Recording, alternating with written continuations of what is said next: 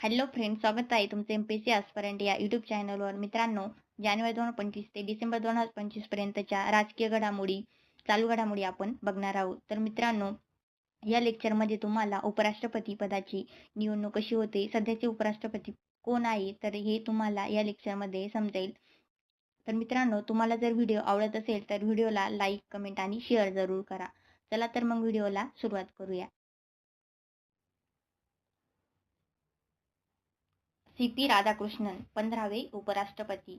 तर 9 सप्टेंबर 2025 रोजी सी.पी. राधाकृष्णन यांची भारताच्या 15व्या उपराष्ट्रपतीपदी निवड झालेली आहे. त्यांनी विरोधी गटाचे उमेदवार न्यायमूर्ती बी. सुदर्शन रेड्डी यांचा 152 मतांनी पराभव केला. तर राष्ट्रपती द्रौपदी मुर्मू यांनी 12 सप्टेंबर 2025 रोजी राष्ट्रपती भवनामध्ये त्यांना उपराष्ट्रपती पदाची शपथ दिलेली आहे. तर जगदीप धनखड यांनी आरोग्याच्या कारणास्तव राजीनामा दिला. राजीनामा कधी दिला त्यांनी, तर 21 जुलै 2025 पासून उपराष्ट्रपती पदाची जागा रिक्त होती.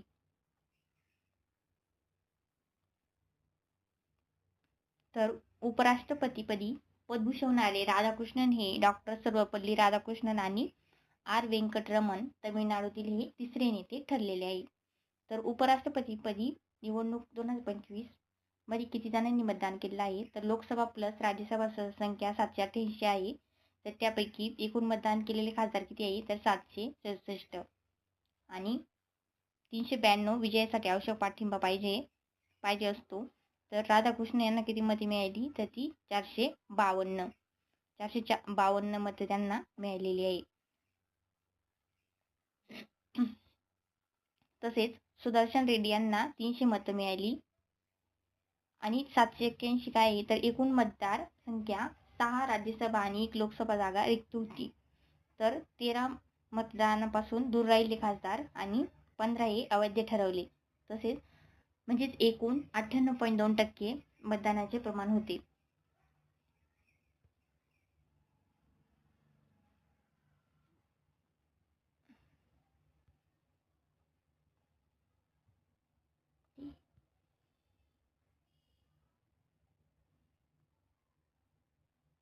तर उपराष्ट्रपती निवडणूक प्रक्रिया बघूया आपण. तर निवडणूक घेणारी संस्था कोणती आहे, तर भारताचा निवडणूक आयोग ही निवडणूक घेत असते. कलम 66 नुसार आर्टिकल 66 यानुसार निवडणूक प्रक्रियेची माहिती दिली आहे. तर निर्वाचकगण म्हणजे कोण मतदान करते, तर उपराष्ट्रपतीची निवडणूक अप्रत्यक्षपणे केली जाते. संसदेचे दोन्ही सभागृह म्हणजे लोकसभा प्लस राज्यसभा हे दोन्ही पण मतदान करतात. तसेच नामनिर्देशित आणि निर्वाचित सदस्यांचा पण समावेश असतो. पण यामध्ये राज्य विधानसभेचे सदस्य मतदान करत नाही. तर निवडणुकीची पद्धत कशी असते, प्रमाणशीर प्रतिनिधित्वाची पद्धत असते. एकल संक्रमणीय मताद्वारे मतदान केले जाते. मतदान गुप्त मतपत्रिकेद्वारे केले जाते. तसेच उमेदवारासाठी काय अटी आहे, तर तो भारताचा नागरिक असावा लागतो. वयाची कमीत कमी 35 वर्ष पूर्ण केलेली असावी आणि राज्यसभेचा सदस्य म्हणून निवडून येण्यास तो पात्र असावा लागतो. तसेच कोणतेही लाभदायक पद धारण केलेले नसावे त्या व्यक्तीने. तो उपराष्ट्रपतीच्या निवडणूक लढवण्यासाठी पात्र होत असतो. तर आवश्यक संख्या आणि अनामत रक्कम. तर प्रस्तावक म्हणजे प्रपोजर उमेदवाराच्या नावाच्या पुढे 20 सदस्यांचे समर्थन असावे लागते. तसेच अनुमोदन 20 सदस्यांचे संसद सदस्यांचे अनुमोदन असावे लागते आणि अनामत रक्कम किती ठेवावी लागते, तर अनामत रक्कम 15,000 रुपये ही ठेवावी लागते, जमा करावी लागते. आणि उपराष्ट्रपतीच्या पदाच्या निवडणुकीसाठी निवडणूक आयोगाने 2 निरीक्षकांची नियुक्ती केली होती. तर ते कोण कोण होते, तर सुनील कुमार लोहानी आणि डी. आनंदन या 2 व्यक्तींची नियुक्ती केलेली होती निवडणूक आयोगाने. त्यानंतर राधाकृष्णन यांचा परिचय बघू आपण. तर त्यांचं पूर्ण नाव काय आहे, तर चंद्रपुरम पोन्नुस्वामी राधाकृष्णन हे त्यांचं नाव आहे. त्यांचा जन्म कधी झाला, तर 20 ऑक्टोबर 1957 तिरुपूर तमिळनाडूतील त्यांचे जन्म ठिकाण आहे. आणि शिक्षण BBA व्ही. चिदंबरम कॉलेजमधून झाले आहे. आणि ते राजकीय पक्ष भारतीय जनता पक्ष म्हणजे बीजेपी पक्षाचे आहे. तर त्यांनी पुढील कोणतं कार्य केलेलं आहे, तर ते बघूया आपण.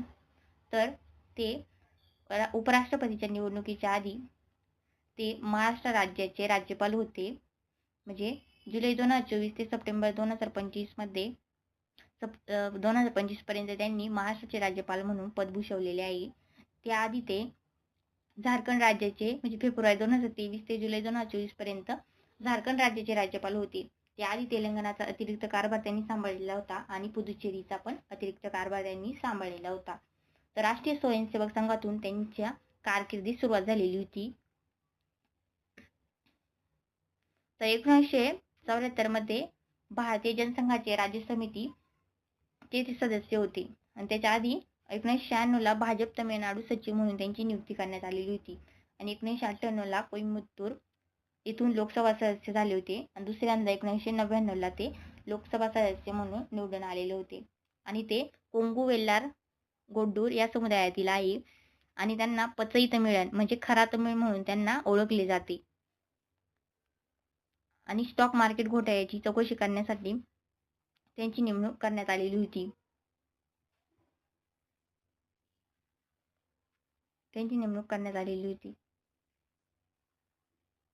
आणि त्यांनी 2004 ते 7 दरम्यान भाजपचे प्रदेशाध्यक्ष असताना त्यांनी 93 दिवसांची रथयात्रा काढली होती. तसेच ते टेबल टेनिसमध्ये कॉलेज चॅम्पियन पण सुद्धा होते.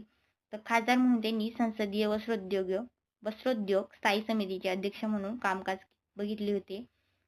तर तसेच सार्वजनिक उपक्रम आणि वित्तविषयक संसदीय समित्यांचे सदस्य सुद्धा ते होते. त्यानंतर त्यांचे विरोधी उमेदवार न्यायमूर्ती बी सुदर्शन रेड्डी यांच्याबद्दल आपण माहिती बघूया. तर ते उपराष्ट्रपती पदाच्या निवडणुकीतील विरोधकांच्या म्हणजे इंडिया आघाडीचे ते उमेदवार होते. त्यांचा जन्म 8 जुलै 1946 रोजी रंगारेड्डी तेलंगणा येथे झालेला आहे. तर ते 1971 मध्ये हैदराबाद मधील उस्मानिया विद्यापीठातून त्यांनी कायद्याची पदवी सुद्धा घेतलेली होती. तसेच 1995 मध्ये ते आंध्र प्रदेश उच्च न्यायालयात न्यायाधीश होते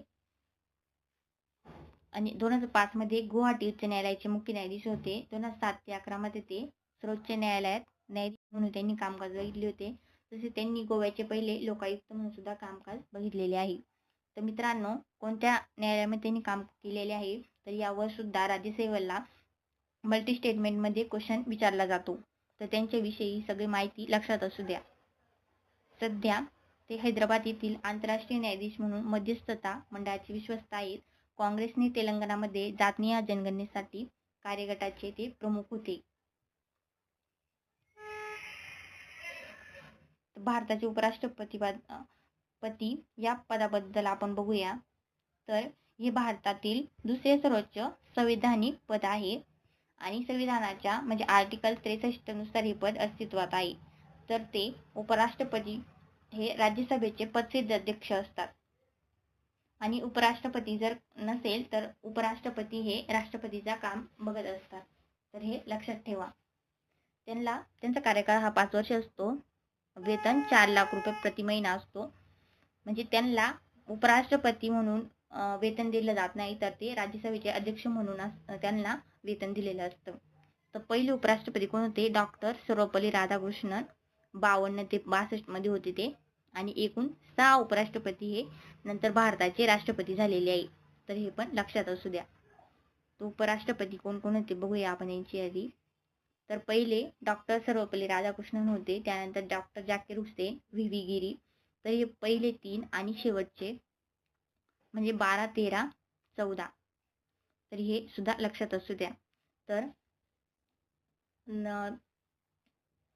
14वे जगदीप धनखड होते. त्यांच्या आधी एम व्यंकय्या नायडू होते 2017 ते 22 आणि त्यांच्या आधी एम हमीद अन्सारी होते 2007 ते 2017 पर्यंत.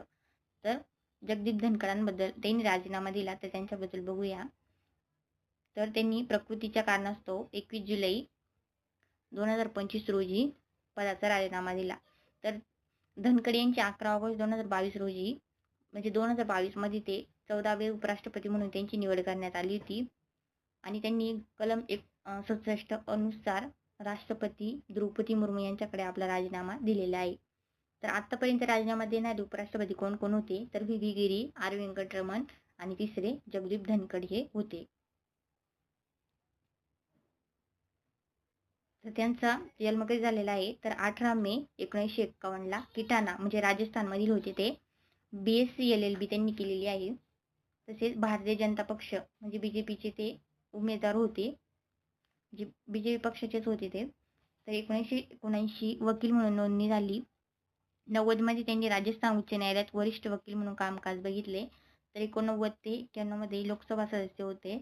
90 ते 91 मध्ये केंद्रीय संसदीय कामकाज राज्यमंत्री म्हणून त्यांनी कारभार सांभाळला होता. तसेच 93 ते 98 मध्ये विधानसभा सदस्य होते आणि 19 ते 22 मध्ये पश्चिम बंगालचे ते राज्यपाल सुद्धा होते. त्यानंतर न्यायमूर्ती श्री चंद्रशेखर मुख्य न्यायाधीश म्हणून त्यांची नियुक्ती झालेली आहे. तर ते बघूया. 5 सप्टेंबर 2025 रोजी मुंबई उच्च न्यायालयाचे मुख्य न्यायाधीश म्हणून शपथ त्यांनी घेतली. महाराष्ट्राचे तत्कालीन राज्यपाल कोण होते तर CP राधाकृष्णन होते. यांनी त्यांना राजभवन येथे पदाची शपथ दिलेली आहे. मुंबई उच्च न्यायालयाचे प्रभारी मुख्य न्यायाधीश म्हणून हे ते यापूर्वी काम पाहत होते. ते मुंबई उच्च न्यायालयाचे 49वे मुख्य न्यायाधीश आहेत. त्यांच्या आधी कोण होते तर 48वे न्यायमूर्ती आलोक आराध्य होते. 47वे न्यायमूर्ती देवेंद्र कुमार उपाध्याय होते आणि 46वे न्यायमूर्ती रमेश देवकीनंदन धानुका होते. तर हे पण लक्षात असू द्या.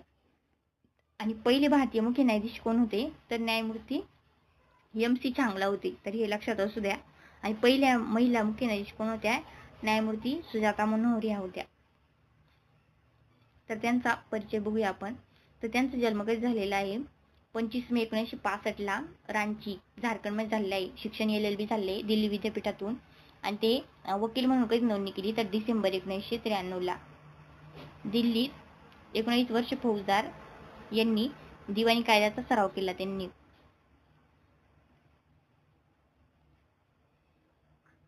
तर 2013 मध्ये ते झारखंड उच्च न्यायालयात अतिरिक्त न्यायाधीश म्हणून त्यांनी काम केलं. जून 2014 मध्ये झारखंड उच्च न्यायालयात काम केलं. त्यानंतर 2023 मध्ये झारखंड उच्च न्यायालयात काम केलं. त्यानंतर जुलै 2024 मध्ये राजस्थान उच्च न्यायालयात आणि जुलै 2025 मध्ये मुंबई उच्च न्यायालयात न्यायाधीश म्हणून त्यांची नियुक्ती करण्यात आली होती. त्यानंतर कोल्हापूरमध्ये फिरते खंडपीठची स्थापना करण्यात आली. तर भारताचे सरन्यायाधीश भूषण रामकृष्ण गवई 17 ऑगस्ट 2025 रोजी कोल्हापूर जिल्ह्यातील मुंबई उच्च न्यायालयाच्या नवीन सर्किट खंडपीठाचे उद्घाटन झाले.